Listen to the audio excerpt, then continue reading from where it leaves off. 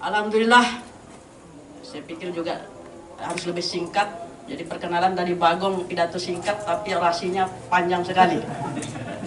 Jadi saya ingin memangkasnya.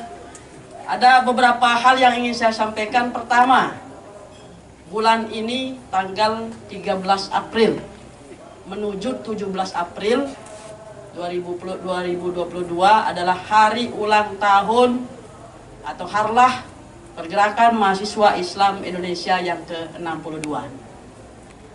Kita ucapkan selamat harlah PMII yang ke-62, 17 April 1960, 17 April 2022. Dan 12 tahun yang lalu juga, tepatnya tanggal 17 April 2010, di hari ulang tahun emas PMII yang ke-50, itu baru dideklarasikannya pengurus koordinator cabang PMII Bali Nusra. Waktu itu saya masih di PB PMII dan diberi mandat untuk menjadi ketua Karteker, dan bersama ketua cabang di 9 PC PMII di NTB menjadi deklarator berdirinya PKC PMII Bali Nusra. Jadi 12 tahun. Karena sebelumnya ketika PMII hanya berada di Mataram, PC PMII Mataram ini masih bernaung di bawah pengurus koordinator cabang Jawa Timur. Baru kemudian selanjutnya berkembang menjadi terbentuknya cabang-cabang di seluruh di kabupaten di NTB seiring berdirinya kampus-kampus. Karena PMII berbasis kampus. Nah, beda dengan IKPMI-nya, meskipun tidak ada kampus, pasti ada IKPMI di situ. Jadi dengan demikian, mengingat peran sejarah ini, maka perlu kita berikan penghormatan, perlu kita hadiahkan doa kepada para pendiri kita, pendiri PMII, mulai dari pendiri PMII di Surabaya tahun 1960, para penyebar, para pengkader dan pengkader yang menumbuhkan generasi-generasi baru di setiap tahun dan di setiap kampus. Dan kita ikhlaskan satu Fatihah untuk kita semua. Bisiril Fatihah.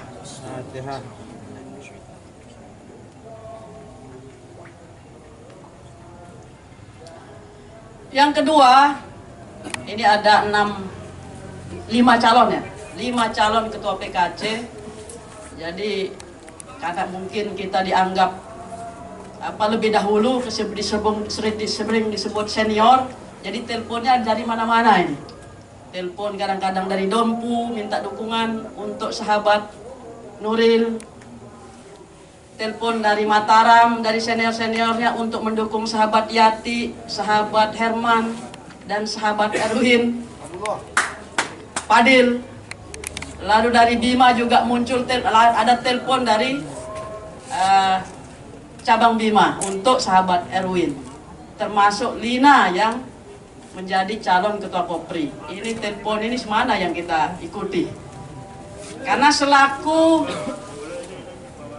alumni PC Mataram, saya merasa harus dibebankan untuk mendorong calon-calon yang berasal dari cabang Mataram.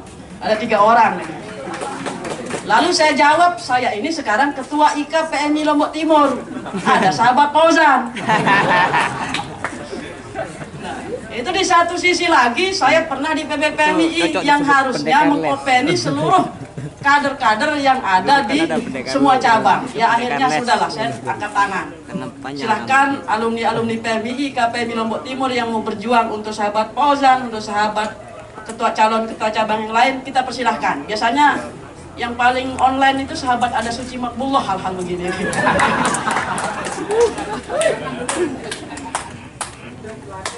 Jadi maksud saya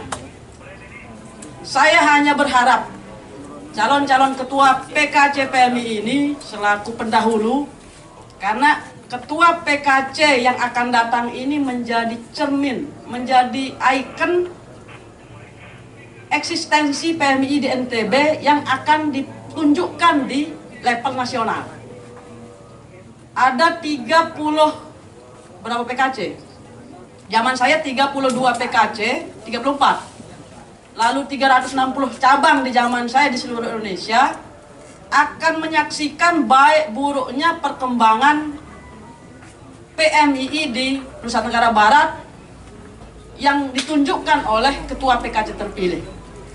Nah, sehingga ada beban di situ untuk ketua-ketua PKC ke depan, bagaimana setidaknya kalau memang tidak bisa membangun, jangan merusak.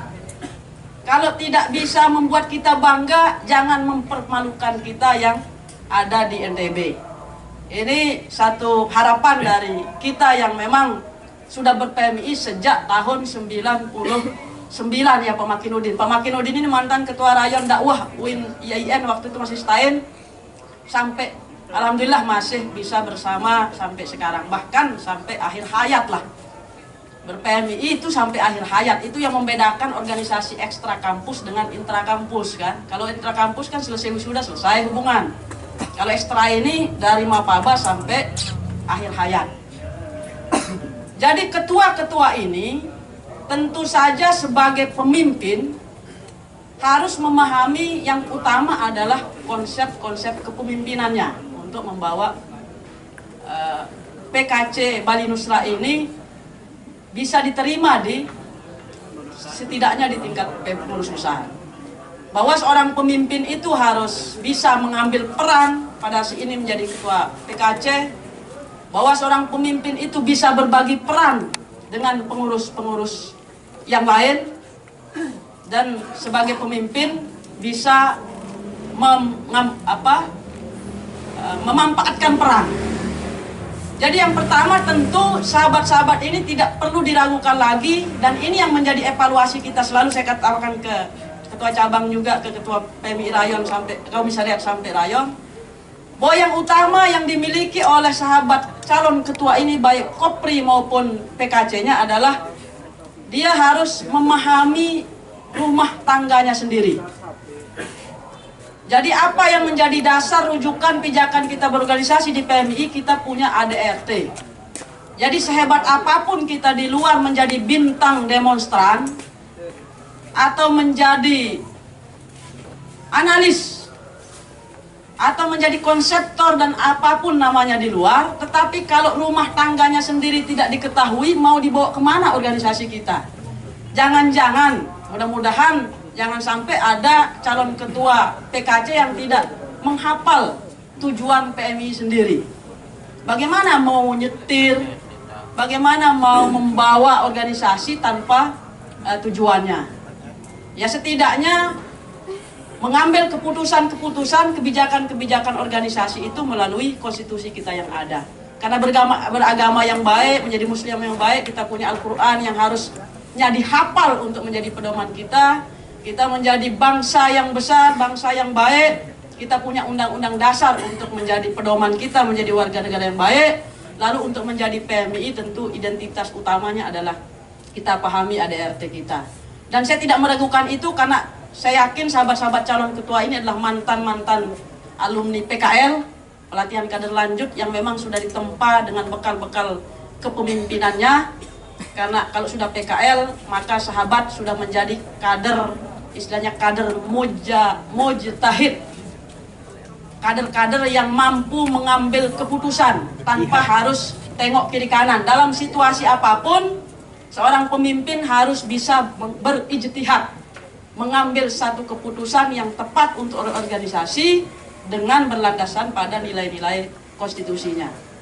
Jadi itu yang utama, dan saya takut jadi saya menyinggung Bagong tadi panjang, nanti saya juga terlalu panjang. Terima kasih, dan siapapun yang terpilih, kami dari IKPMI Lombok Timur, mewakili juga PCPMI Lombok Timur akan mendukung dan kegiatan-kegiatan untuk pengembangan organisasi kita ke depan. Terus tebar kader di seluruh pelosok Nusa Tenggara Barat, Bali dan NTT ini, dan kami juga berharap di Lombok Timur ini akan semakin berkembang dan terus mengisi setiap desa yang ada di Lombok Timur yang diwarnai oleh kehadiran PMI di situ. Demikian, wallahul muwaffiq ila aqwamit thoriq. Wassalamualaikum warahmatullahi wabarakatuh.